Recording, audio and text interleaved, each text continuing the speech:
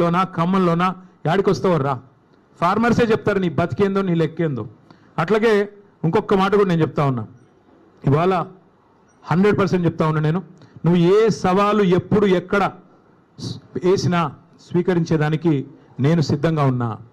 నేను రేవంత్ రెడ్డి గారికి ఒక్కటే అడుగుతా ఉన్నా, మీరు అసెంబ్లీలో మైకులు కట్ చేసి స్పీకర్ గారిని కనుసైగలతో నియంత్రించి బతికిపోతా అక్కడేదో 4 డైలాగులు కొట్టి ఊకదంపుడు ఉపన్యాసాలు కొట్టి మళ్ళీ ఇట్లే డ్రగ్స్ కాళేశ్వరం ట్యాపింగు టూపింగు అని చెప్పి తప్పించుకుంటా అంటే ఎక్కువ రోజులు తప్పించుకోలేవు. టైం గడుస్తూ ఉంది, 20 నెలలు అయిపోయింది. ప్రజలు చూస్తూ ఉన్నారు, అన్నీ చూస్తూ ఉన్నారు. తప్పకుండా అన్నిటికీ తిరుగులేని సమాధానం చెప్తారు. స్థానిక సంస్థల ఎన్నికల్లో బీసీలను ఎట్లా మోసం చేస్తున్నావో బీసీలు కూడా చూస్తూ ఉన్నారు. 42% రిజర్వేషన్ల పేరిట నీ ప్రభుత్వం ఆడుతున్న నాటకాన్ని కూడా బీసీలు అర్థం చేసుకున్నారు. బీసీ డిక్లరేషన్లో చాలా చెప్పావు, 20,000 కోట్ల బడ్జెట్ ఇస్తా అన్నావు, సంవత్సరానికి 5 ఏళ్లలో 1,00,000 కోట్ల బడ్జెట్ అన్నావు. మరి 2 బడ్జెట్లు పెట్టావు, 2 బడ్జెట్లు కలిపి కూడా ఇప్పటివరకు పెట్టింది 20,000 కాదు, ఖర్చు పెట్టింది 10,000 కూడా కాదు. ఎక్కడ పోయింది 1,00,000 కోట్ల బడ్జెట్? అట్లాగే నువ్వే కదా చెప్పింది బీసీ సబ్ ప్లాన్ ఇస్తా అన్నావు, ఎక్కడ పోయింది బీసీ సబ్ ప్లాన్? 42% కేవలం రాజకీయ రిజర్వేషన్లే కాదు, ప్రభుత్వ వర్కుల్లో 42% ఇస్తానన్నావు, కాంట్రాక్టులో 42% ఇస్తానన్నావు. ఒక్క కాడ నన్ను ఇచ్చినావా? కనీసం నీ కొడంగల్లో ఇచ్చినావా? చూపెడతావా? మరి నీ చేతిలో ఉన్నదేమో ఇవ్వవు.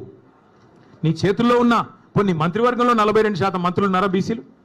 మరి నీ చేతుల్లో ఉన్నది ఇవ్వవు, నీ చేతుల్లో ఉన్న బడ్జెట్లో రూపాయి పెట్టవు, నీ చేతుల్లో 42% కాంట్రాక్ట్లో ఇచ్చేది ఉంటే అది ఇవ్వవు, నీ చేతుల్లో 42% మంత్రులు ఇచ్చేది ఉంటే అది ఇవ్వవు, నీ చేతుల్లో బీసీ సబ్ ప్లాన్ పెట్టే అధికారం ఉంటే అది చెయ్యవు. నీ చేతుల్లోనే ఇన్ని పెట్టుకొని చేయకుండా కేంద్రం చేతుల్లో ఉన్న రిజర్వేషన్లు నేను చేస్తున్నా అని చెప్పి నువ్వు నమ్మించి ఒక కాగితం ఇస్తే నమ్మడానికి బలహీన వర్గాల సోదరులు ఇవాళ చైతన్యం లేరు వారు అనుకుంటా ఉన్నావా? అందరికీ అన్నీ అర్థమైనాయి. పెద్దలు నిన్న జస్టిస్ ఈశ్వరయ్య గౌడ్ గారు చెప్పారు, హైకోర్టు జడ్జిగా పనిచేసిన పెద్ద ఆయన, ఇది చెల్లదు అని స్పష్టంగా చెప్తున్నారు. మరి రాష్ట్రంలో ఉన్న వాళ్ళందరికీ అర్థమవుతున్నది.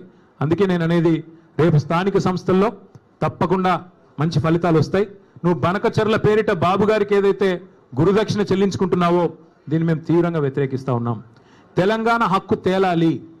బాబు గారు చెప్తున్నారు, చంద్రబాబు నాయుడు గారు మిగులు జలాల్లో వాడుకుంటే ఇబ్బంది ఏంటి అంటున్నారు. వాస్తవం ఏంటి?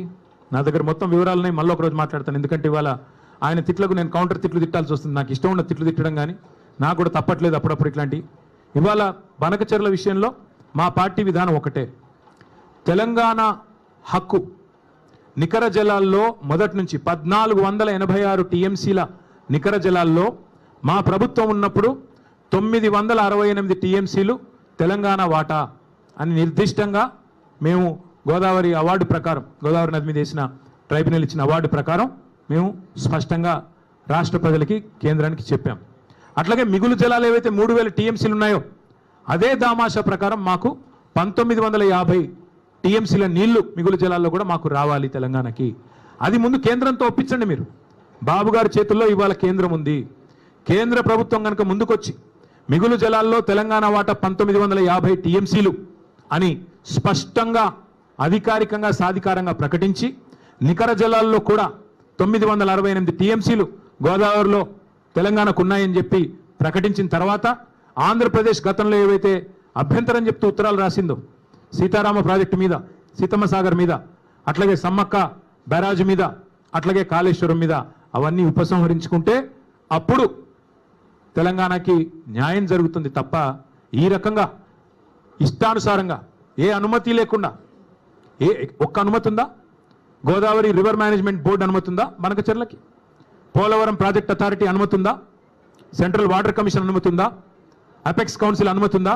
ఏ అనుమతి లేకపోయినా నేను కట్టుకుంటా, ఎందుకంటే రేవంత్ రెడ్డి జుట్టు నా చేతుల్లో ఉంది, మోడీ జుట్టు నా చేతుల్లో ఉంది అని ఎవరు అనుకున్నా తెలంగాణ ప్రయోజనాల విషయంలో ఇంకెవరన్నా రాజీ పడవచ్చు, ఇంకెవరన్నా చీకటి మంత్రాంగాలు చేయొచ్చు, కానీ మేము మాత్రం చేయం. మేము ఆంధ్ర ప్రజలకు వ్యతిరేకం కాదు, ఆంధ్ర రైతాంగానికి ఎంత మాత్రం వ్యతిరేకం కాదు, కానీ తెలంగాణ హక్కులు తేలాలి. గోదావరి జలాల్లో నికర జలాల్లో మళ్ళీ చెప్తా ఉన్నా నేను, 1486 టీఎంసీల్లో మొదటి నుంచి తెలంగాణ ప్రభుత్వం వాదిస్తున్నది కేసీఆర్ గారి నాయకత్వంలో 968 టీఎంసీలు మా ప్రాజెక్టులు ఇవి అని చెప్తున్నాం. అది తేల్చండి ముందు.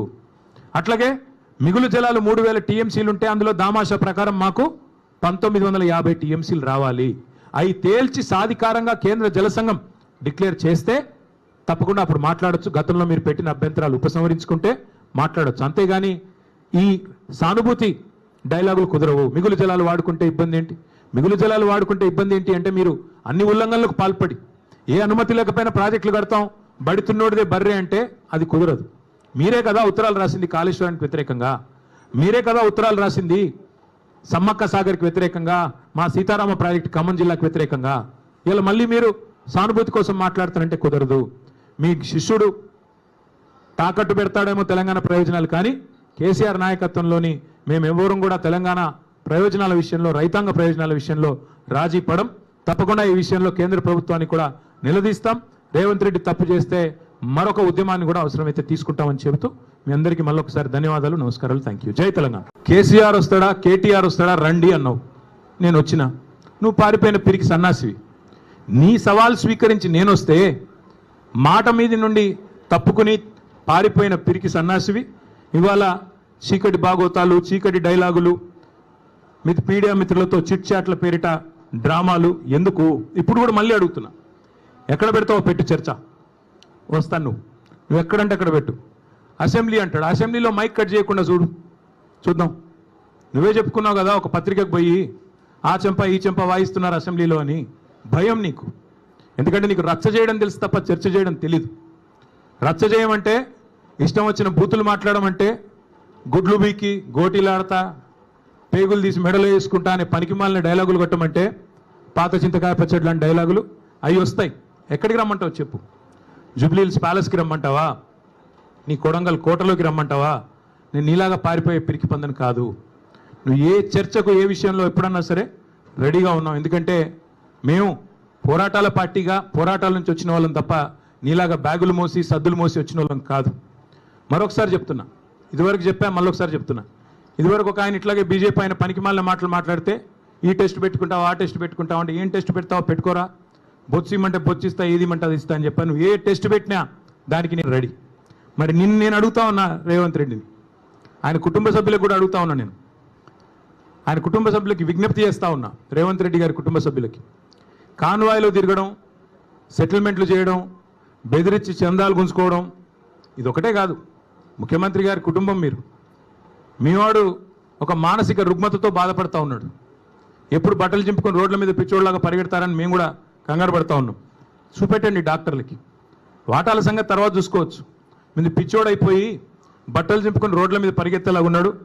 మరి ఆ దరిద్రం రాష్ట్ర ప్రజలు చూడకముందే దయచేసి ఒక మానసిక ఆసుపత్రికి తీసుకొని పోయి చూపెట్టాలని చెప్పి నేను కోరుతా ఉన్నా.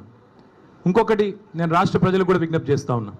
ఈ మధ్యన ఒక అలవాటుగా మారిపోయింది. ఏ ఆధారము లేకపోయినా, ఏ అధికారిక ప్రెస్ మీట్ లేకపోయినా, అధికారిక స్టేట్మెంట్ లేకపోయినా, ఇదిగో పులి అంటే అదిగో తోక, ఇదిగో ట్యాపింగ్, ఈ హీరోయిన్ ఆ హీరోయిన్, ఈయన డ్రగ్గులు వాడాడు ఆయన డ్రగ్గులు వాడాడు, ఒక్కడంటే ఒక్కడు ఈ రాష్ట్ర ప్రభుత్వంలో కానీ ఈ రాష్ట్ర అధికార యంత్రాంగంలో కానీ అధికారికంగా ఏమైనా చెప్పారా? ఏంది గాసిప్సు, ఏంది నాన్సెన్సు? ఎవరన్నా మీకు వచ్చి ఫలానా వాడు తప్పు చేశాడని చెప్పారా ఇప్పటికీ? ఇది ట్యాపింగు, అది కుంభకోణం, ఇది లంబకోణం, అది డ్రగ్స్, ఇవేనా? ఇంకా 6 గ్యారెంటీలు మర్చిపోదామా? 420 దొంగ హామీలు మర్చిపోదామా? ఆడబిడ్డలకు ఇస్తానన్న 2500 మర్చిపోదామా? ముసలోళ్ళకి ఇస్తానన్న 4000 పెన్షన్లు మర్చిపోదామా? రైతులకు ఇస్తానన్న బోనస్ మర్చిపోదామా? ఇదిగో పులి అదిగో తోక అనే వదంతులు పట్టుకునే రోజు మనం అందులో ఒత్తుకుంటూ కూర్చుందామా ఫోన్లో? ఈ తమ్మునేలు ఆ తమ్మునేలు, వీడు ఇట్లా అంట వాడు అట్లా అంట. ఈయన ఇంకా మనకు కావాల్సింది ఈ గాసిప్స్ అడిక్షన్ కూడా.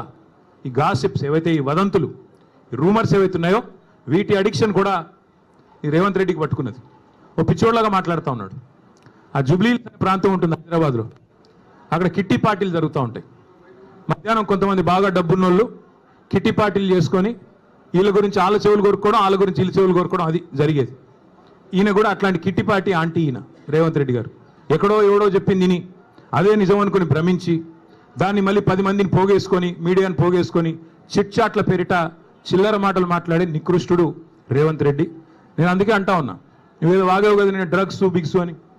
దమ్ముంటే మగాడివైతే బయటికి వచ్చి పత్రికల్లో మాట్లాడు, నువ్వే ముఖ్యమంత్రి, నువ్వే హోంమంత్రి, ఏం ఆధారం ఉందో పెట్టు. అంతేగాని ఒక దొంగలాగా నీకు అలవాటైన పని చీకట్లో కూర్చొని 10 మందితో ఒకటి చెవులో కూడా కొరుక్కొని పనికిమాలిన మాటలు మాట్లాడుతూ టైం పాస్ చేయకు.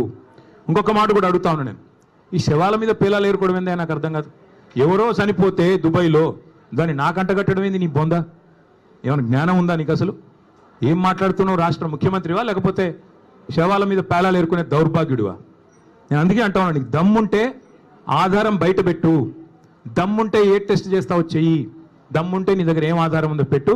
లేదా ఈ కిట్టిపాటి ఆంటీ లాగా ప్రతిరోజు వీళ్ళ చెవు కొరికి వాళ్ళ చెవు కొరికి హెడ్లైన్లు మేనేజ్ చేసి మీడియాను మేనేజ్ చేసి ఎక్కువ రోజులు బతకలేవు. ఇంకో మాట నేను అడుగుతా ఉన్నా, నేను అంటా ఉన్నాడు, నేనంట కోర్టుకు పోయి స్టే తెచ్చుకున్నా అంట. కోర్టు ఏం చెప్పింది తెలుసా రేవంత్ రెడ్డిని? ఇట్లాగే పిచ్చిబాగుడు వాగుతుంది. నేను చెప్పింది ఈరోజు కాదు, 2021లో ఇట్లాగే సన్నాసి మాటలు మాట్లాడినాడు, డ్రగ్స్ గిగ్స్ అని. నేను కోర్టుకు పోయి పనికిమాలిన మాటలు మాట్లాడుతున్నాడు ఆధారం లేకుండా అని కోర్టుకు పోతే కోర్టు ఏం చెప్పింది తెలుసా? చెత్త మాట్లాడితే చెప్పు తీసుకొని కొడతామని చెప్పి ఇంజంక్షన్ ఆర్డర్ ఇచ్చింది. దాన్ని స్టే అంటాడు. ఈ మూర్ఖుడికి ఇంజంక్షన్ ఆర్డర్ తెలియదు, స్టే తెలియదు. చెత్త మాటలు మాట్లాడితే చెప్పు తీసుకొని కొడతా అని కోర్టు చెప్పింది, నేను కాదు. బుద్ధి జ్ఞానం ఉంటే ఆ ఇంజంక్షన్ ఆర్డర్ ఇంకా ఉంది. నువ్వు ముఖ్యమంత్రివి. ఒక థర్డ్ రేట్ చిల్లరగాడి లాగా బజార్లో పోయే చిల్లర పంచాయతీ లాగా చెయ్యకు. ఇంకో మాట అంటాడు, నేనేదో లోకేష్ని కలిసినట్టు అర్ధరాత్రి పోయి, మేమేం చేసినా బాజాప్తా చేస్తాం, బేజాప్తా చేయాల్సిన కర్మ మాకు లేదు. అయినా నాకు తెలియక అడుగుతా, లోకేష్